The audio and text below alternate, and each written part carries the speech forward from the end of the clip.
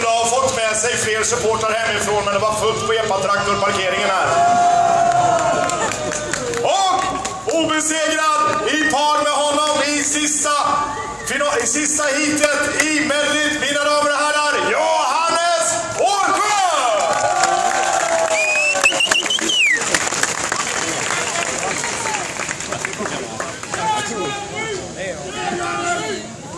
Är ni från Kärvaryd allihop? Det är ingen kvar i Kärvaryd nu då? Nej, de har fått låsa där så länge. Hela Kärvaryds befolkning är på utflykt så länge har det inte varit så det brann i gropen.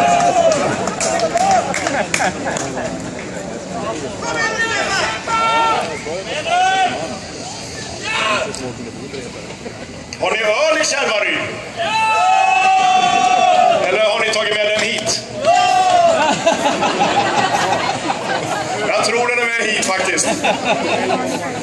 Bananer finns inte kvar i Kärvaryd, för de har Davidsson med sig hit, det vet vi säkert. Om ni undrar vad Davidsson äter så är det bananer i pallvis. Oklart varför, det gör han i vilket fall. Det tycks fungera i hans fall. Då så, mina damer och herrar, Sebastian!